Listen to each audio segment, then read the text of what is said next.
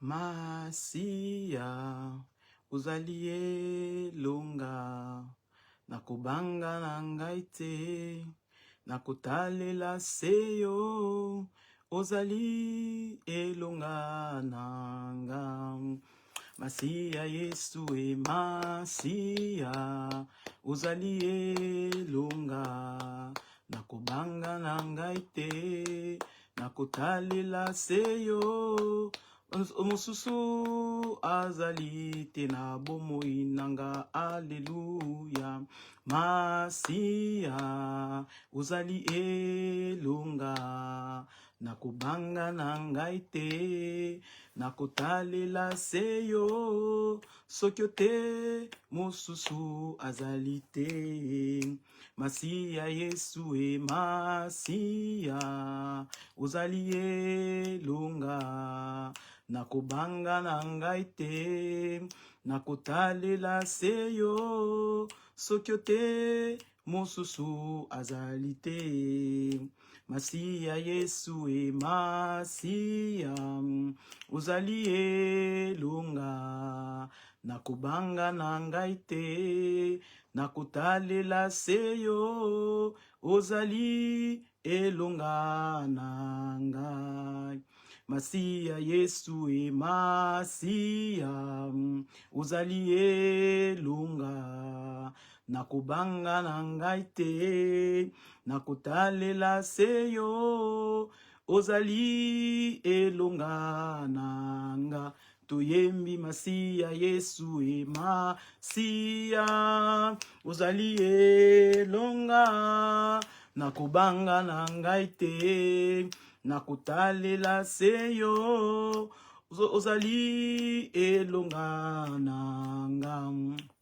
Masia Yesu Masia uzali elonga nakobanga na ngai te nakotalela seyo ozali elonga nanga toyembi Masia Yesu e Masia uzali elonga nakobanga na ngai te nakotalela seyo ozali elonga nanga Masia uzali elonga nakobanga na ngai te nakotalela seyo ozali elonga nanga Alleluia O Yesu elonga na ngai kumama lelo ywe Yawe kumama Yesu elonga na ngai lelo ywe Yawe kumama Yesu elonga na ngai kumama Yawe kumama Masia Shalom makati ozali elonga nakobanga na ngai te nakotalela seyo ozali elonga nanga toyembi Masia Yesu Masia uzali elonga nakobanga na ngai te nakotalela seyo ozali elonga nanga toyembi Masia Yesu Masia uzali elonga nakobanga na ngai te nakotalela seyo ozali elonga na ngai nalobi susu shalom na biso nyonso que la paix du Seigneur soit avec nous shalom again mama Kati nothing broken nothing missing ya solo Masia azali elonga na biso nde tozoloba na kati ya mwana miso ya Juna toza na kati ya lendi bilombe na tongo ya lelo biso bilombe toye pona kotombola elombe na biso yango biso ba bilombe toye Masia uzali elonga nakobanga na ngai te nakotalela seyo ozali elonga na ngai na kati ya juin tolobi toza na mwana biso ya juin thème na biso ezali renfort divin Ngana ena sous-thème na ngezali les sortes de renforts. Na kati ya renfort divin, tozana ba sorte ya renfort. Na pamboli nzambe po na bandeko nyonso basi balekaki liboso o ba partageaki na biso sur thème kitoko o tozana ngo na mois ya juin na kati ya la brèche o tolobaka moi j'ai besoin de toi, toi aussi tu as besoin de moi, ensemble tozokende po tolonga parce que na kati ya la brèche tozali une grande famille. Yango na biso shalom everybody. Shalom na ba famille na biso nothing broken, nothing missing. Et nous le baraka et loko moko buka na te et loko moko tenga mate nyonso ezala ya kokoka na kati ya mabota na biso to lobaka shalom. Na lobi ça démarre avec lundi bilombe, ça démarre avec la brèche, ça démarre avec Jésus. Quand ça démarre, ça démarre. Yango nazo pambola nzambe na tongo ya lelo nzambe azamalamu o ya permettre ngana yo to kutana na kati ya lundi bilombe. Masia ozali elonga nakubanga na ngai te nakotalela seyo ozali elonga nanga masia lokola zelonga na yo yo kobanga te ngape na kobanga te renfort na biso azali parce que yende elonga na biso alongisaka biso na bitumba ya moi ya tongo ya butu azawana pona kolongisa biso et pona kolongisa biso atindelaka biso ba renfort alingaka te tozala biso moko pour ce tola biso moko peut-être tokolemba toko décourager atindelaka biso renfort yango na ye na kati ya mwana biso ya juin nde nalobaki ne bandeli thème na biso ezali renfort du vin nga na ye na sous-thème na ezali les sortes de renforts. Tozo ke no la Bible na passage na biso ya liboso tozotanga na 1 roi 17 6 à 1 roi 17 sorry 2 à 6 na teng na kombo na Yesu na lobi les sortes de renforts. Tozota la sorte à liboso ya renfort oyo nzambe atindaki epa ya batu oyo ye alingaka ngana yo nzambe atindela biso ba renfort alingaka te tozanga sans renfort totambola sans renfort yango atindela biso ba renfort pona ko secourir biso na tango ya ba secousse pona ko secourir biso na tango ya ba difficulté pona ko secourir biso na tango ya ba tempête yango tozotanga sorte ya liboso ya renfort o nzambe atindela ki batu na pour alingaka toujours batu na le créateur du ciel et la terre, c'est lui qui t'a créé. Il ne sommeille ni ne dort. C'est lui qui t'a créé, il prend soin de toi. C'est lui qui t'a créé, atinde la robe, renfort tant on so, tant on commence à fatiguer, nzambe atinde la robe renfort, pour nous renforcer yo, pour nous fortifier yo, pour nous côté les misayo aussi sur place au bandai ko lemba, nzamba zo tinde le renfort, pour nous yebisoke azana yo tozo ki ndekotanga, nde na lobi 1 roi 17 6 2 à 6 na teng na komo na Yesu. Et la parole de l'Éternel fit adresser à Élie en ce mot. Pars d'ici, dirige-toi vers l'Orient et cache-toi près du torrent de Kérit, qui est en face du Jourdain. Tu boiras de l'eau du torrent et j'ordonnai au corbeau de te nourrir là.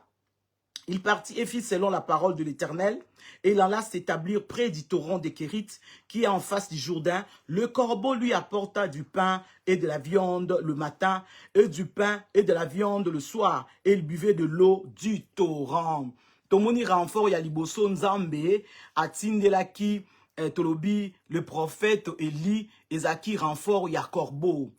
Prophète Élie abane kokima Jezabel. Tant azoki ma Jezabel nzamba bina ekende kuna na torrent ya Kérit okende kobata makuna nde kuna na rotindelo renfort po okomaki fatigué orozana iloko akolia kende kuna na rotindela o nzambe o alingaka batu na ye atindelaki mutu corbeau po ayaka ko nourrir ye na tongo na pokwa nde na lobi thème nange ezali les sortes de renfort. Renfort à liboso to moni nzambe atindeli les prophètes et les corbeaux pour na ko nourrir ye pour azala fatigué te pour makambo akuta na kinango akomaki un peu fatigué pour place ya zalaki azanga eloko akolia te nzambe na bolingo na ye nzambe bolingo nzambe malamu oto yembi ne bandeli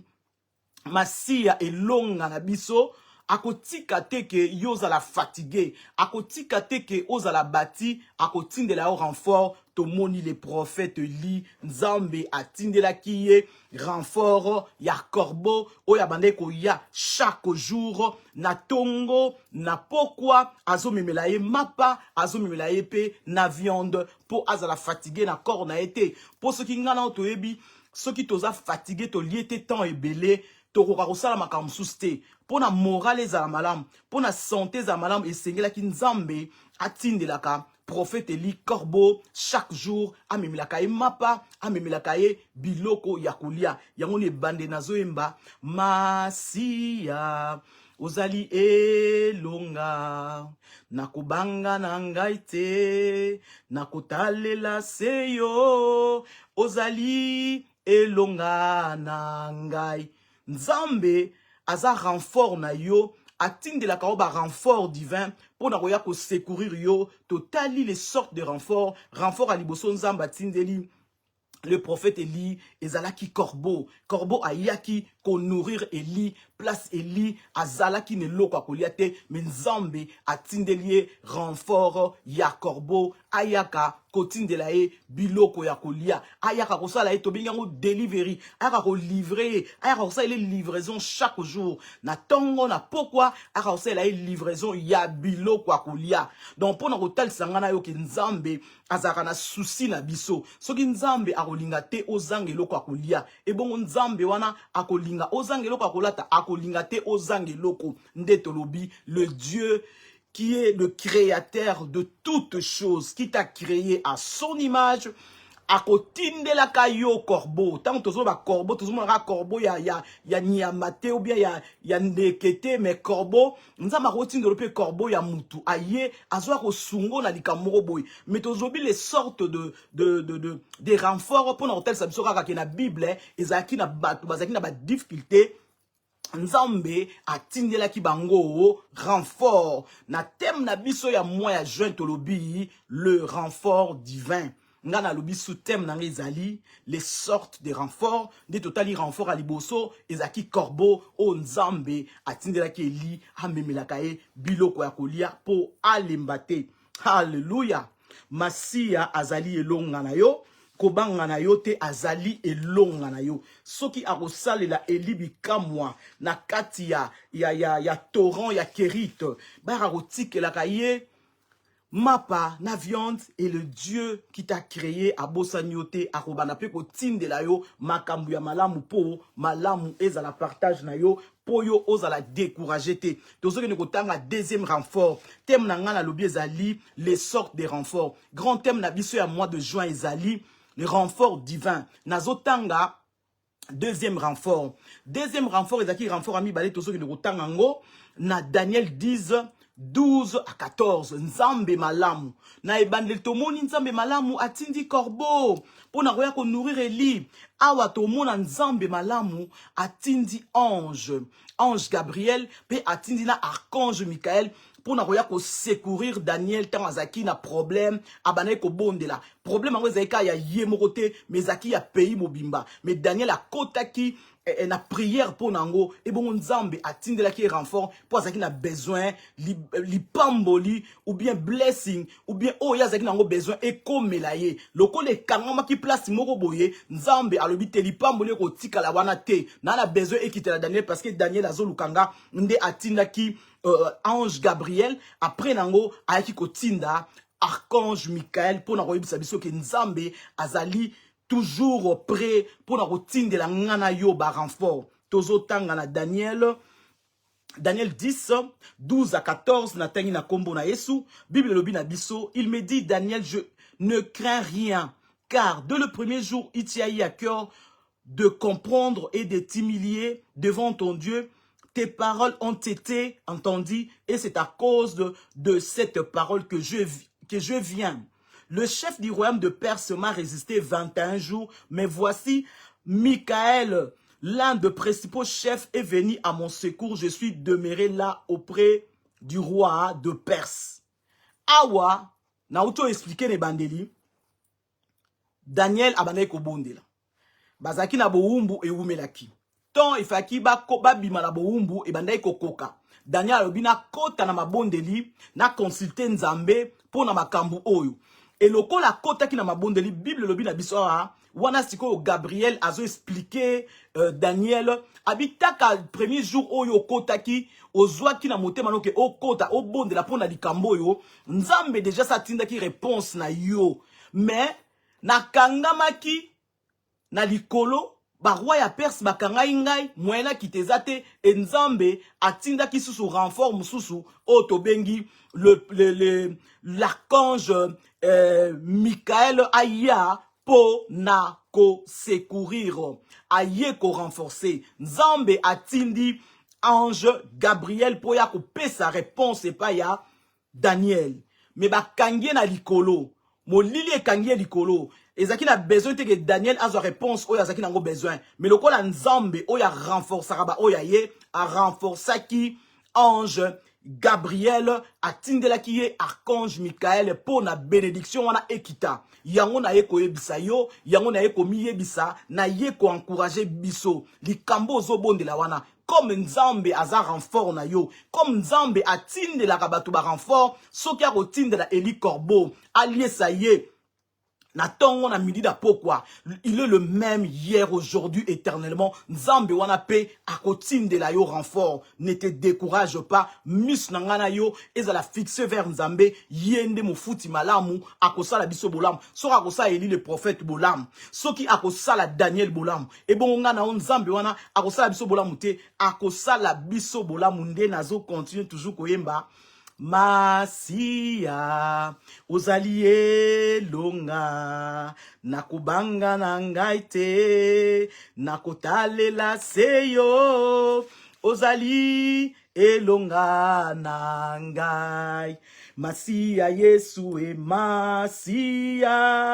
ozali elonga haleluya nakubanga na ngai te nakotalela seyo ozali elonga na ngai Masia Yesu e Masia ozali elonga nakobanga na ngai te nakotalela seyo ozali elonga na nga haleluya Yesu elonga na nga kumama lelo ywe yawe kumama Yesu bikamwa na nga ye kumama lelo ywe yawe kumama Yesu solution kumame yawe kumama Yesu solution kumame yawe kumama solution na joint kumame yawe kumama solution na juillet kumame yawe kumama nde tozo continue koloba na kati ya mwana biso ya juin na la brèche tolobi renfort divin nzambe oya tindela ki ali les prophètes renfort ya corbeau aliesa ye azan nzambe na bomoi azan nzambe ayebio akotindelo pe renfort akotindelo renfort wana tango ekoya eko changer ba données na yo nzambe oya tindela ki Daniel renfort ya ange Gabriel na ange archange Michael pour na ko secourir ye na mabondela bana ko bondela bakangaki yango Samuel mais nzambe lokwa azaki na besoin renfort et comment azo réponse wana amona ki ezaki bloqué a débloqué ki tolobi archange Michael aye ko secourir ange Gabriel pour na Daniel azo solution na ye yango na zoloba ozana nzambe o atindaka ba renfort soka ko tindela Eli le prophète renfort akotindela yo akotindela nga pe renfort yango na zo ko encourager yo na ye ko mi encourager ne te décourage pas le renfort est là nzambe aye moko azotala renfort ni nga na kotindela ye nzambe moko ayebi maloba o tozoloba ezape renfort mbapo na yo eye ko encourager yo ezap ora brade kashia nzambe oya yebinga na yo ayebaki ke okomaki un peu fatigué okomaki un peu découragé yango atindi renfort nzambe oya kotinda renfort atinda ba renfort abosani yo te renfort du vezana pona ko fortifier yo renfort du vezana pona ko secourir yo yango na lobi misra yo etala nzambe ko bangelo ko mokote nzamba za wana azan nzambe atinda ba renfort na tango ya linga tinda akotindi le renfort tozo ke ne kotanga sort na lobaki tem na ngezali les sortes de renforts. Renfort à liboso to tangi zaki corbeau bandeko yako pesa Eli les prophètes mapa na viande chaque jour. Renfort ami balé to tiko tala ezali nzambe atinda ki renfort et pas il y a Daniel nanzela il y a ange Gabriel et puis archange Michael ayaki pona ko secourir yango na lobi likamuna wana ba renfort bazali soki nzambe ba tinda ba ange spirituellement parlant au mona bango au mona bango pona blikam na yo wana soki nzamba linga tindelo pe ange physiquement parlant au mona bango okomona bango soki pe nzamba linga tindelo mutu aya pona koya ko renforcer yo nzambe akotinda parce que ça nzambe oyaza divin atindela ka batu renfort divine eza certain eza wana pona yo ko lembate ko bangate comprendre ka ke yaza elonga na yo oyo yozo luka wana akotindela yo renfort pour azan nzambe oya renforcer ba oya tant azomona ba komi fatigué atindela ka bango renfort tozokene ko tala renfort ya misatu renfort a misatu eza na Jude eza kaka na chapitre moko na lobakaka Jude 1 verset 9 na tangi na kombo na Yesu Masia o rabra nzambe azama lamulisolo tozotanga nzambe atindi renfort et pas ya ebembe kufa déjà kala menzamba lingite bazo ebembe wana bakenge nango atindi renfort pona koya ko protéger ebembe soki nzambe akotinda ba ya ko protéger mutu akufa ki déjà kala tozoloba na kombo ya Moïse asa akufa ki ebongo diable azoya po abenda nzoto na ye akene nango menzambe atindeli ye renfort soki nzambe akotindela renfort na nzoto ya mutu akufa déjà aboyi basimbango ebongo yo mutu oza na bomoi nzambe wana akotindela renfort te nzambe akotindela renfort tozokende kotanga na lobi na Jude 1 verset 9 Bible lobi na biso. Or, l'archange Michael, lorsqu'il contesta avec le diable et lui disputa, le corps de Moïse n'osa pas porter contre lui un jugement injurieux. Tosuki kakawana, nengana laksabiso kake, Moïse a koufaki déjà,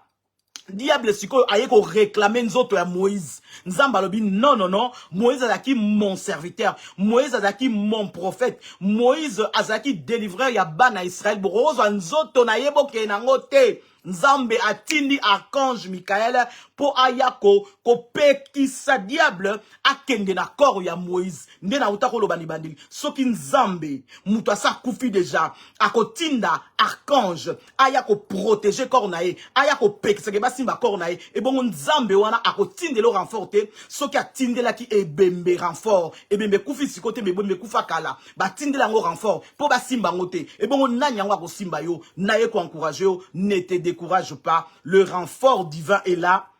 et confiance à ton Dieu, le Dieu divin. O atinde la biso ba renfort, o atinde la biso ba renfort na tango nyonso, zala na confiance ya nzambe wana eloko mokote ya yo bakoboto la. Soki ba kendaki na koro ya Moïse te, o ya sa kufaki, nde tolobi na Jude 1 verset 9. O rabredo kache komara, nzambe azelonga na yo. Moïse a kufa déjà kala. Diable alobi te ngana ye pona kozwa nzota Moïse na kenango nzamba alobi neva. Ok d'accord à Moïse te parce que Moïse fit mon serviteur nzambe a protégé nzoto ya mutu a kufa. Soki yokuto zana bon moi. Et bon nzamba ko protéger ote Moïse kuta kufaki ba protéger nzoto na ye. Et bon ngana yo to zana bon moi nzamba ko protéger te a nzamba zo protéger. Yango na zoemba Masia ozali elonga nakobanga na ngai te nakotalela seyo ozali elonga na yembi Masia Yesu ema siya ozali elonga nakobanga na ngai te nakotalela seyo ozali elonga nanga. Hallelujah. Yesu elonga nanga ekumama lelo ywe yawe kumama. Hallelujah. Tozo kedo ko continuer matia na biso bongo toko bondela le Dieu oya tindela rabatu renfort aza présent na vie na yo kaka ndengo ndima ye, kaka ndengo lingaka ye, kaka ndengo bondelaka, kaka ndengo talelaka ye, ye baki renfort ezali, renfort ezali, renfort eza, ozomona te me renfort ezali, eza na batu musu bamona ki renfort physiquement boye, mais eza na batu musu bamona ki renfort physiquement te, spirituellement parlant nzamba bongiseli bango makambu, neti Moïse tokoloba nini Moïse asakufa ki deja, nzoto na ye lali wana, me diable alinga zo akende nango, nzamba atindi renfort, atindi archange Michael ayako boya, bake na corps a Moïse, et bongo ngana yo nzamba ko permettre ke bazo bake na yo, et bongo ngana nzamba ko permettre ke bazo bake na bana biso, le renfort est là, le orabradeka, le renfort est là, notre renfort divin azawana, o rabashia, akotinde la yo ba renfort, rabashia, po azomona makambo ye moko aroya tazaka na bateau ye fa tinda po ba secourir yo na likambo wana, renfort eza présent, renfort wana eza certain, ko bangelo ko moko te loko moko tremble se yo te. Renfort ezali, renfort eza, soki mwana za maladi, nzamba kotinda renfort, o mona guérison eko kota, mutu akobenga kobondela pona mwana kobika, soki yo moko za maladi, renfort eko ya, nzamba kotindelo maloba moko ya bien ete o partager boye, nzamba kotindelo malobo eko simba yo, eko salo du bien, soko zanga ki kimia nzambe atindeli yo renfort, renfort angonde nga yo, nde tozo partager nga renfort, nzamba eko loba nanga na yebisa yo ko bangelo ko moko te, atindi renfort pour t'encourager, pour t'encourager, ne te décourage pas. Et loko moko te décourager yo, et loko moko te lembisa yo. Nzamba zanzamba bomoy, nazo zonge la kaka. Soki nzamba kotinda renfort ya ebembe ya Moïse. Et bongo yo mutozana bomoy. Nzambe wana arotinde lo renfort te, arotinde lo renfort. Ya wana ko bangane lo mote, et lo moko décourager yo te. Yo moko pe ko lemba na ote ko bangana ote. Renfort eza présent. Vandara tala o me muto sa kufa déjà Moïse a kufa bakundai diable azolinga azwandu sona kenango me batindeli renfort donc to batindeli secours et bongo yonde mto sana bomo yo mto yamba Yesu Masiya mokonzi mobikisi nzamba kotika yo te bango kutuna tango na totangi elite ayamba Yesu Masiya mokonzi mobikisi te totangi Daniel ayamba Yesu Masiya mokonzi mobikisi te Moïse pendenge moko ayamba Yesu Masiya mokonzi mobikisi te me nzamba tindeli bango ba renfort yo pe renfort no ezali nderebo shaba Masiya ozali elonga nakobanga na ngai te nakotalela seyo ozali elonga na ngai Masiya Yesu e Masiya haleluya ozali elonga nakobanga na ngai te nakotalela seyo ozali elonga nanga nzambe renfort nous na juin nzambe renfort nous na juillet na août aza renfort na yo o rabrodo shekabaraba sikabasia na septembre aza renfort na yo na o rabashia na octobre aza renfort na yo pe akotinde lo renfort na rebeshia na novembre aza renfort no pe akotinde lo renfort na décembre aza renfort no pe akotinde lo renfort yangwana ko banga no lo côté nzambe oya lobi na biso na kati ya mois ya juin na la brèche renfort divin akotinde la renfort na zozongela soki nzambe akotinda renfort pona Moïse akufa mais aboye bembene ba simbango bongo nzamba ko permettre ba simba corps na yo arebo shabra nzambe wana ako permettre te ba simba corps na yo parce que ça renfort na yo akotindelo ba renfort ebele yo moko comprendre te likambo ndenge go bonga parce que nzamba sa tindi ba renfort na ye haleluya tozoke ne kotanga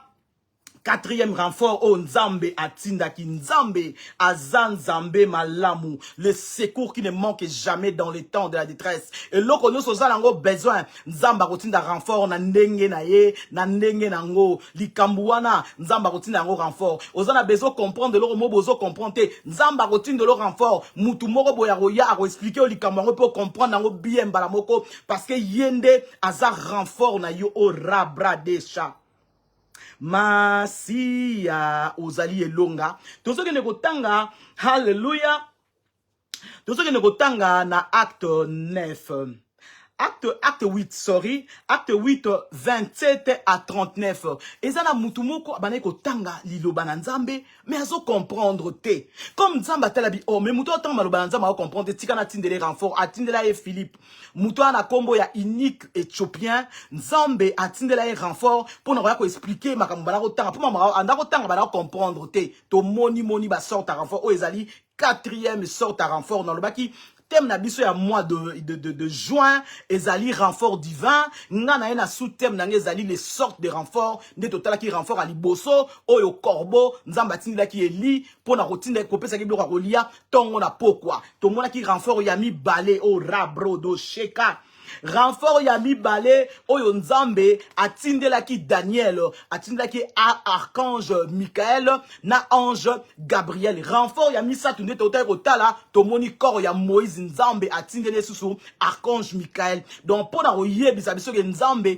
atindela rabiso renfort na likambo nyos tozala ngo besoin. Siko renfort ko tozotala nzambe atindela ki unique éthiopien pour na a comprendre l'écriture, pour na écriture azali ko comprendre ngote na teng na komona sumasia na le bezana acte 8, 27 à 39, na teng na kombo na Yesu Masia, Bible le binabiso. Un ange du Seigneur s'adressa à Philippe, lui dit, lève-toi et va du côté du midi sur le chemin qui descend de Jérusalem à Gaza. Celui qui est au désert, il s'éleva et partit. Et voici un Éthiopien, un unique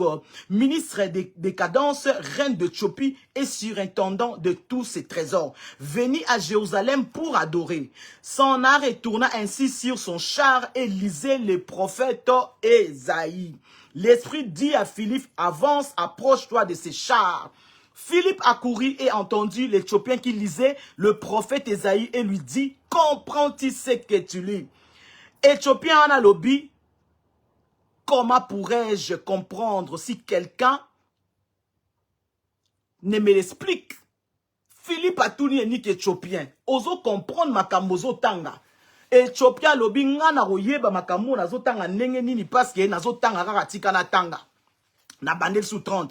Philippe a couru et entendit l'Éthiopien qui lisait les prophètes Ésaïe et lui dit, comprends-tu ce que tu lis? Il lui répondit, comment le pourrais-je si quelqu'un ne me guide? Il invita Philippe à monter, à s'asseoir avec lui. Les passages de l'écriture qu'il lisait étaient celles-ci. Il était mené comme un brebis à la boucherie et comme un agneau muet devant celui qui l'attend. Il n'a point ouvert la bouche. Dans son humiliation, son jugement a été élevé et sa postérité qui la dépendrait, car sa vie était retranchée de la terre. L'unique dit à Philippe, na 34, je te prie, de qui le prophète parle-t-il? Ainsi, est-il de lui-même ou de quelqu'un autre? Omoni nzambe. Ndeko yo azotanga makomi na nzambe azo comprendre te. Nzambe lokola za nzambo atindelaka batu ba renfort. Atindeli unique éthiopien renfort na kombo ya Philippe pour expliquer ye makomi. Atunie, ozo comprendre makambo zotanga, abina a comprendre te. Est-ce que makambo azo nazotanga o prophète azo lobela yemoko bieza mutu mususu. Ndeso ito kitina se prophète Philippe a expliqué ce qu'est unique éthiopien. Donc pour nous dire que renfort nini yo zo luka o nzamba rotine la yote. Awa déjà to koti na quatrième renfort. L'unique éthiopien azala qui n'a besoin ba expliquer l'écriture. Azaro tang azo comprendre nzamba talabi muto azo tang azo comprendre ma be mingi. Azo ezalo ko la muto akina l'église azo comprendre makamazo ba l'église te. Siko nzamba tindele muto pembeni lokola to mabenga nini ba professeur ba pesa ba cours supplémentaire a expliquer na mupandi pour comprendre makambu azai ko tanga. Et tango a expliquer unique éthiopien a comprendre abi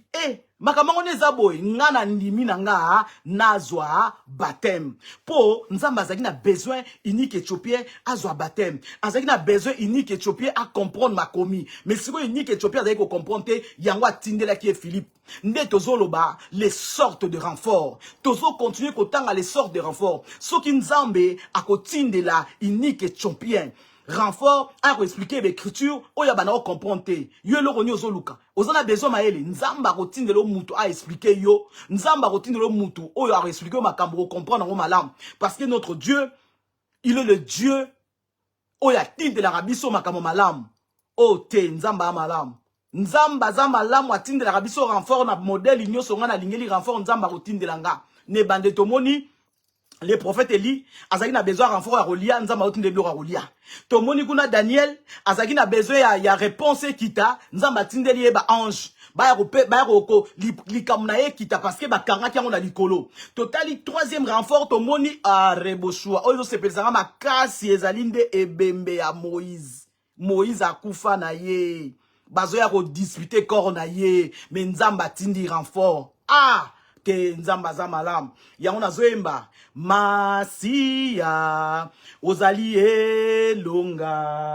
na kubanga na ngai te kubanga no côté parce que soki nzamba ko tindele bembe renfort bongo yo muto zana bo moyi nzamba tindele renfort te nzamba ko tindele renfort likambwana okozwa solution nango parce que nzamba tinda renfort et pas ebembe batindi renfort et pas ebembe ebembe kufa kala mais nzamba boba kenango bongo yo muto zana bo moyi oze ebembe te nzamba ko tindele renfort ozana bo moyi oze ebembe te pen oyamba Yesu masiya mokonzi mobikisi renfort eza certain. Alléluia. Nzambe atindi renfort unique éthiopien à comprendre l'écriture et à komaki baptisé Arabo Shabra. Masiya ozali elonga nakobanga na ngai te nakotalela seyo ozali elonga nanga tozokende ko continuer na les sortes de renfort tozotanga sur renfort mususu ezaki na ndeko moko na kombo Corneille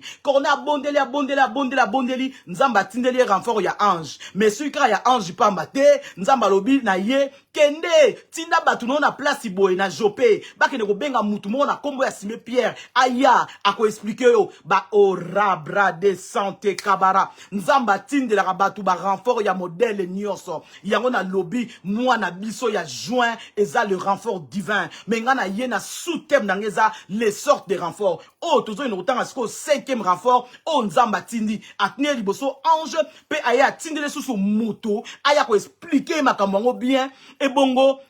makambu échange qui na libota ntoko kino tanga lisolo ande ko na biso Corneille nzambe azanzambe malamu yona zo ko ebisa yo ke ko banga ne lo ko tenzamba ko tindelo renfort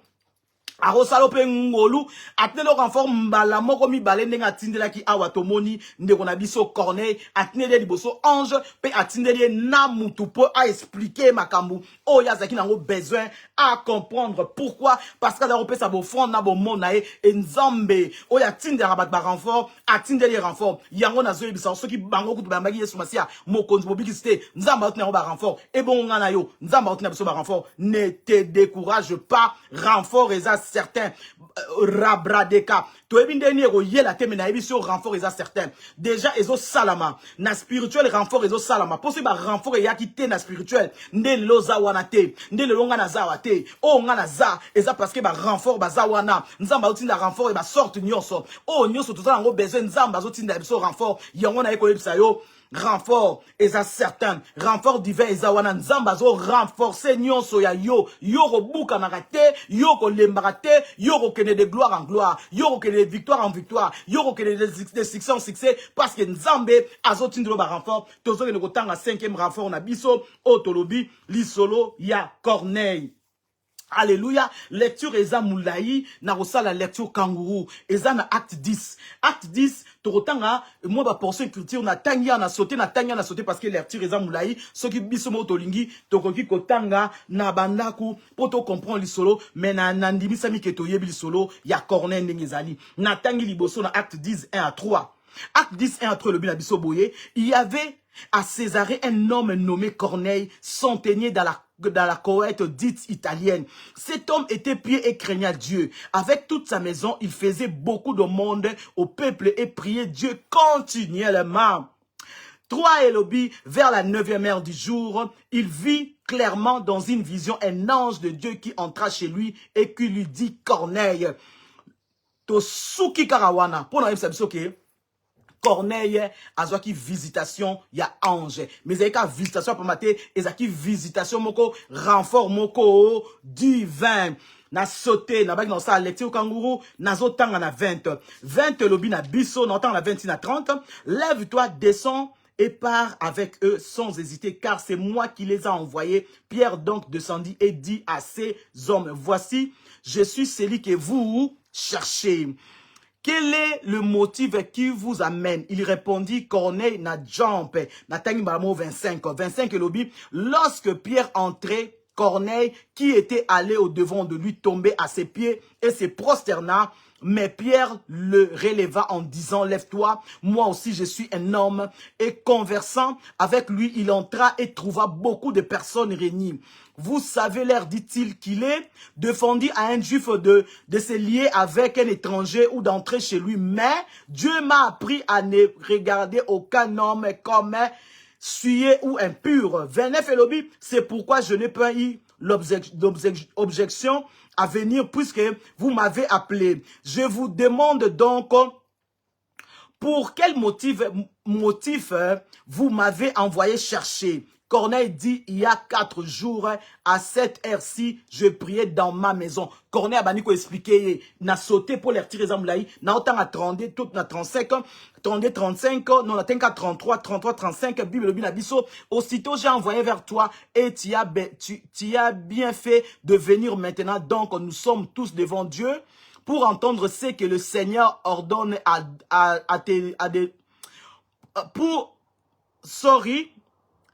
pour entendre tout ce que le Seigneur t'a ordonné de nous dire. Alors Pierre ouvrit la bouche, dit, en vérité, je reconnais que Dieu ne fait exception de personne, mais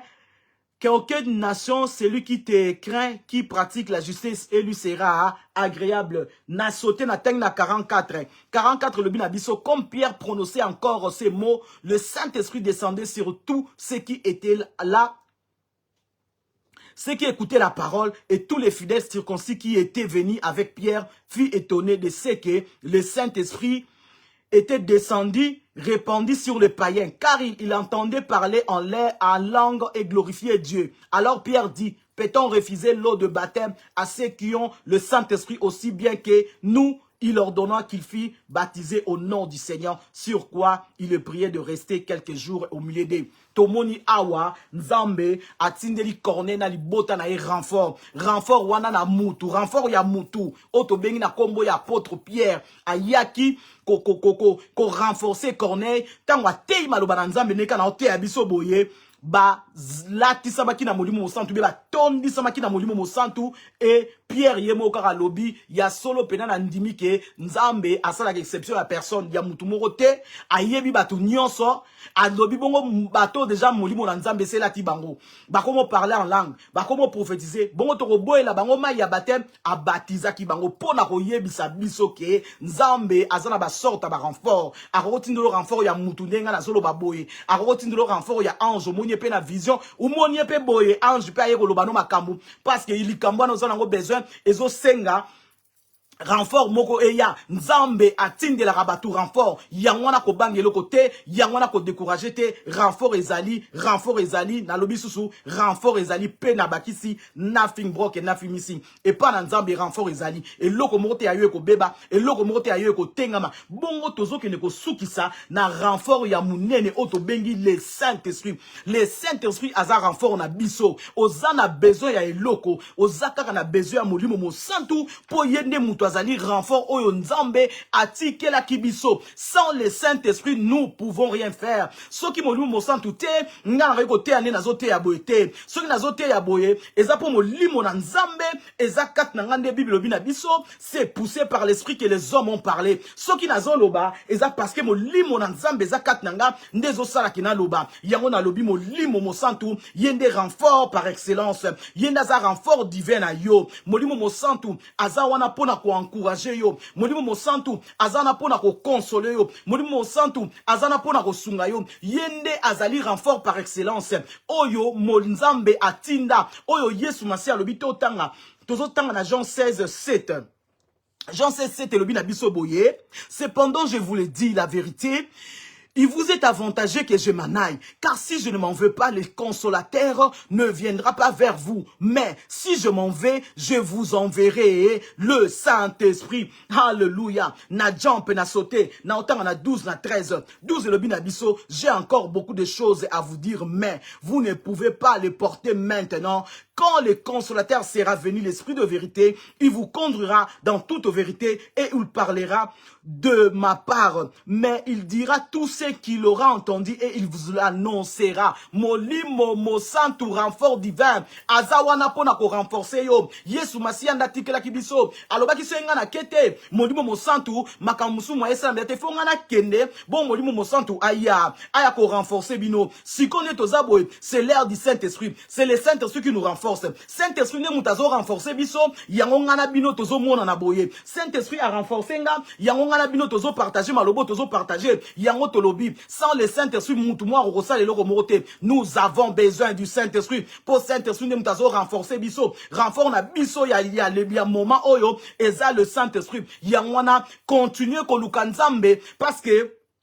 Azali longa na yo, totali les sortes de renforts, peut au moni na souka, Saint-Esprit ndeye mutu azali renfort, oyo Yesu Masia tikaki. Poso Yesu Masia tikakate, nde le longa na bino tozo mona na te, tozo mona na boy na zolo baboy, parce que le Saint-Esprit est là, alléluia. Marebo shebreko tabara. Le Saint-Esprit azar renfort nangana yo, molimo mo santu azar renfort nangana yo. So ito le bito tala na jour ya Pentecôte, toro mona, bavanda ki place moko, mais na jour à Pentecôte, bilobi na biso, ba langue ya faya, tango de feu langue ya faya moto na mito ya ba apôtre molimo mo santo ekitela ki bango bible bina biso ba koma ki koloba na ba différents langues muto azaki français azoyo ka anglais koloba na français muto azaki anglais azoyo ka anglais koloba na portugais donc ba langue lobama ki wana ya ba sorte nyoso parce que molimo mo santo autre bi renfort divin ayaki ko renforcer bango ba koma ki ko parler dans d'autres langues yango na eko encourager yo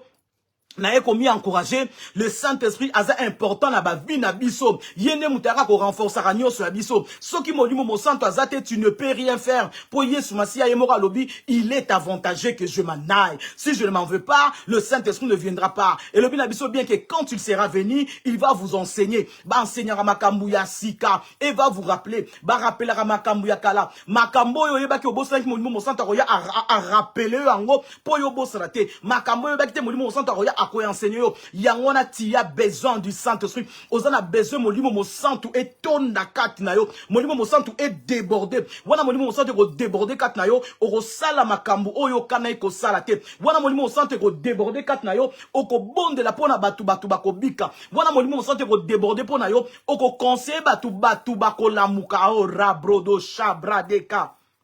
Saint-Esprit, Saint-Esprit, Saint-Esprit, Saint-Esprit, ozan a besoin molimo mo santu, ozan a besoin molimo mo santu ngana yo, ozan a besoin molimo mo santu, l'esprit de conseil, l'esprit de sagesse, l'esprit de connaissance, l'esprit de délivrance, l'esprit de lumière, molimo mo santu soki aye, ayaka na lumière pour na ko éclairer ngana yo, shalom raisa, molimo mo santu ayaka na lumière pour na ko éclairer ngana yo, yango na zolo ba ozan a besoin molimo mo santu, sengaka mingi nde molimo mo santu a manifester puissamment kat na yo sengaka mingi molimo mo santu afungola yo matoyi rebe shabra shalom mama lor sengaka mingi molimo mo santu afungola yo mayele wana molimo mo santu akofungola mayele okoma musika mais soki molimo mo santu afungola yo mayele te moyo koma musika ezate yango na zolo ba ora bradeka nous avons besoin du Saint-Esprit tolobi na mois de mai ezali mois de mai te sorry pour totek na mai to na juin tolobi na mois de juin eza renfort divin enga la uti ko expliquer biso les sortes de rabashia, les sortes de rabashia des renforts. To monaki ba renfort ni nzamba sali nzambe soki ako renforcer.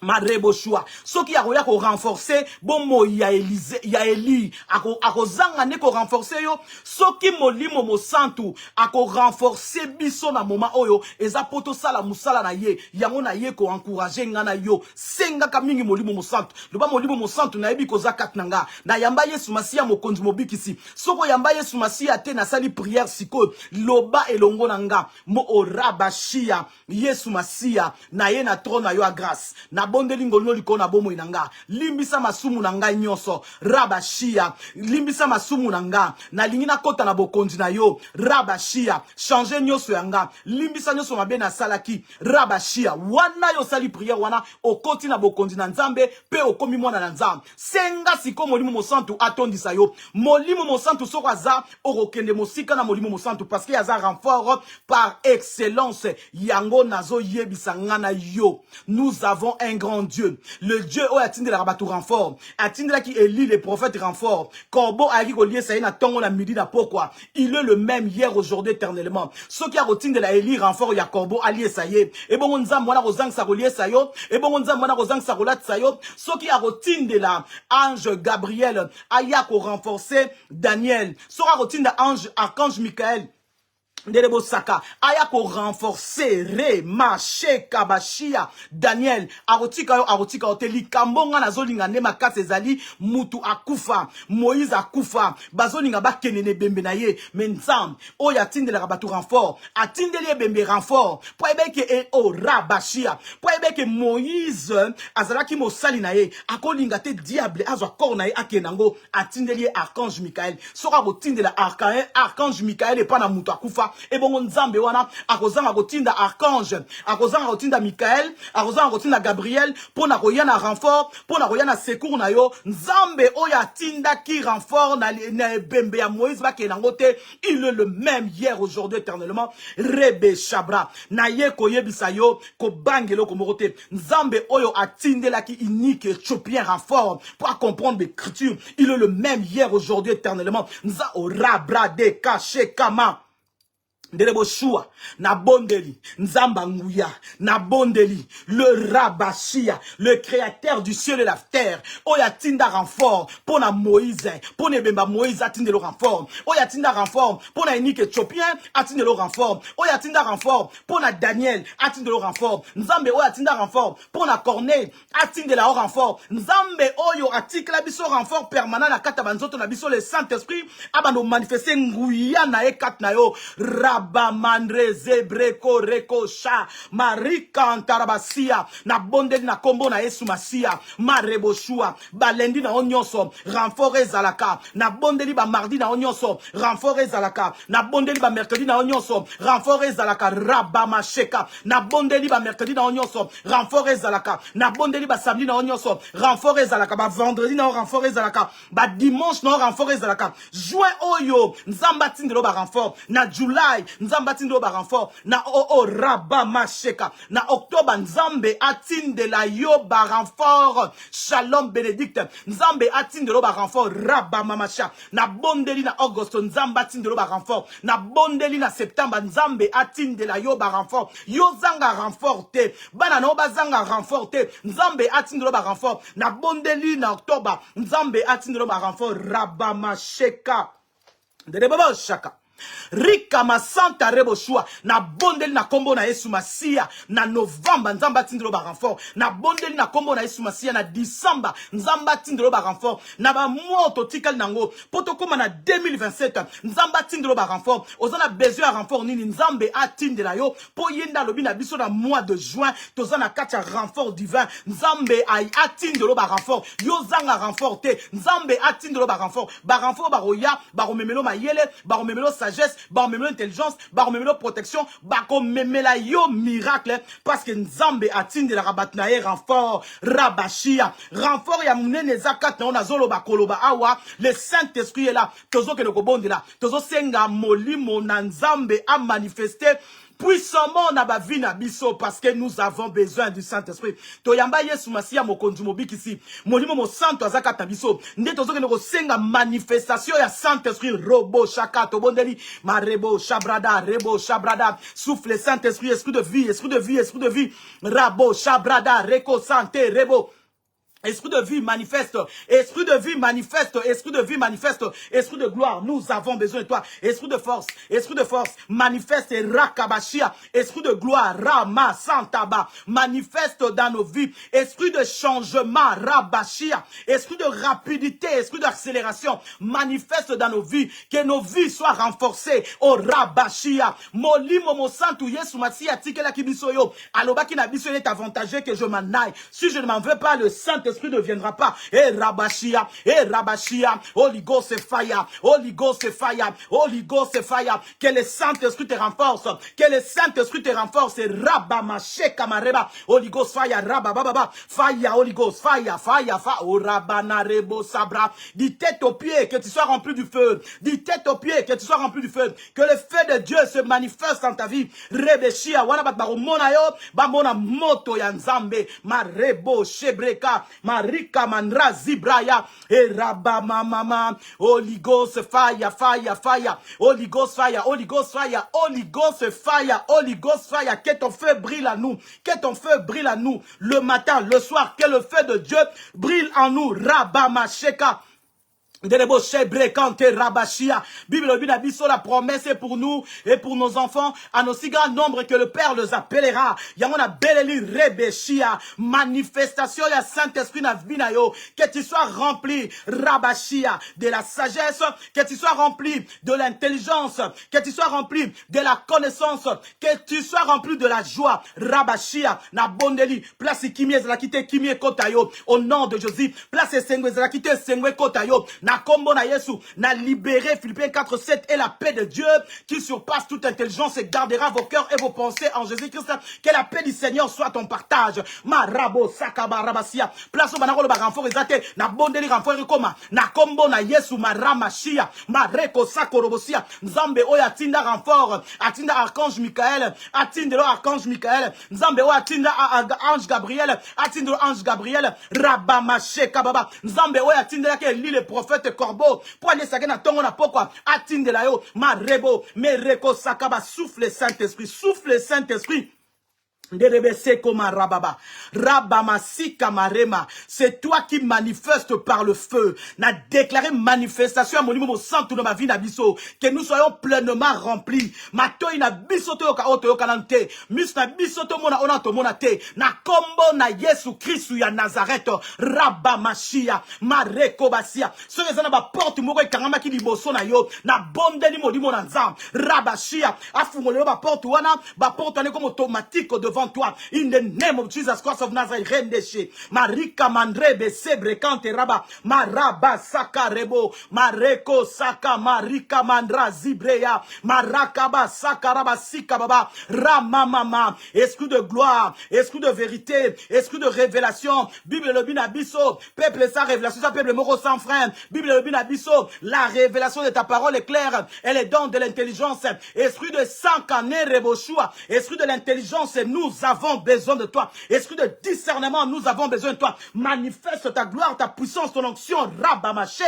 Marika Mandreko, Sokorobosia, Marabasia, Nako, Orabramarebo, Chebrekonta,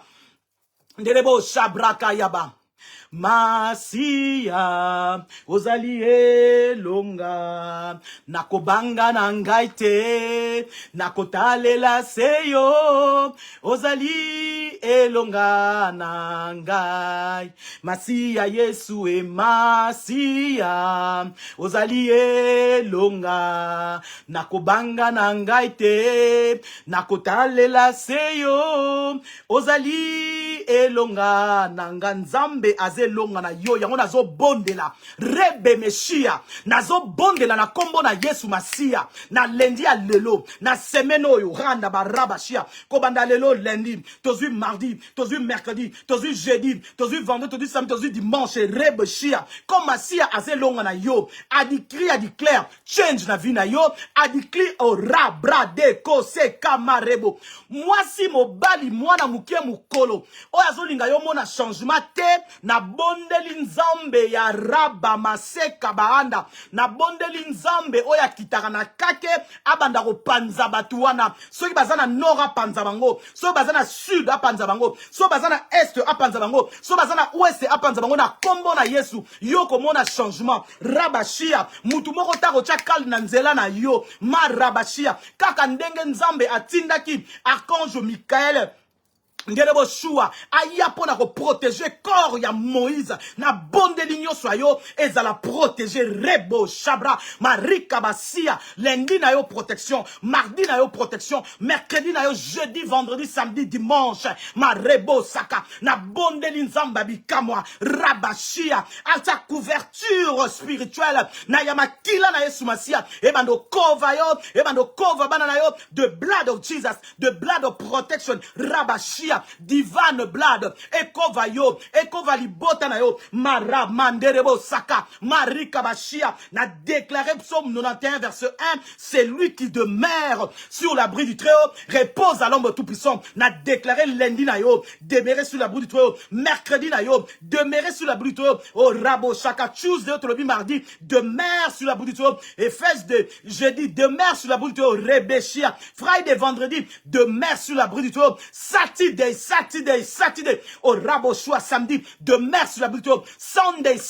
dimanche, demeure sur la buto, Rekeshia, Moutou mon côté à ko dévorer yo, au nom de Jésus, parce que tu demeures sur l'abri du Très-Haut, Moutou mon côté à ko simba yo, parce que tu demeures sur l'abri du Très-Haut, Rabashia, na libéré divine protection, Kobanda mande o, tu te au Rabamashia, tu te comme à Disamba, tu te au Rabradashia, que tu sois protégé, que le renfort du vent soit ton partage, oh Rabarebosha. Nzambe malamu Landre Zibraya Reko Sakato pesi Nzambe merci yene mutabanaki na biso tokomi na suka tolobi Nzambe azwa lokumu na nyonso asali Nzambe ya renfort divin Nzambe oya talaka te ata mutu akufi atinda renfort na sepe na likambo Moïse asa kufa me renfort eyaki Rabo Shaka yozana bomoi renfort ezali kobanga ne lokote yango na yembi Masia Ozali elonga nakobanga na ngai te nakotalela seyo Ozali elonga nanga oh glory Yesu elonga na yo kumama lelo yo Yahweh kumama Yesu bikamwa na yo kumama lelo yo Yahweh kumama Yesu bikamwa na ngai kumama lelo yo Yahweh kumama Yesu abalendi na ngai kumama lelo yo Yahweh kumama Yesu ba mardi ba mercredi kumama lelo yo Yahweh kumama Yesu ba jeudi ba vendredi kumama hallelujah rebo shabraba Yesu ya samedi dimanche kumama Yesu na yo aza atango nyonso ya ba lundi na yo aza ya ba juin na yo ya ba juillet ya ba août septembre octobre novembre décembre aza wana azo batela yo protection za certain renfort eza wana parce que aza nzambe nde na lobi boye nothing broken nothing missing eloko moko te kobuka na libota na famille na yo eloko moko te kozanga parce que renfort divin aza wana aza présent hallelujah gloire et louange à toi Seigneur nous te bénissons pour notre sali o Nzambe malamu na pesi Nzambe merci oya bandaki na biso live oya succès na biso za Nzambe malamu Nzamba renfort Nzamba ba renfort ebele oya tindela biso ba renfort ana sepeli makasi ya Moïse Nzambe atindela Moïse renfort Moïse aza na bo moite e bongo yo mtoza na bo moi Nzamba ba renfort aza ba renfort eza na ba sorti nyonso Nzamba zo batela yo na lobi que la paix de Dieu soit sur nous shalom dans nos demeures to okuta na next time Nzambe oya ba renfort arozala toujours ko renforcer nyonso ya yo ya libota na yo ya bana na yo parce que il est présent le Dieu présent les secours qui ne manquent jamais dans les temps de la détresse les secours qui ne manquent jamais dans les temps de la détresse nde na lobi shalom à nos demeures to kute next time bye bye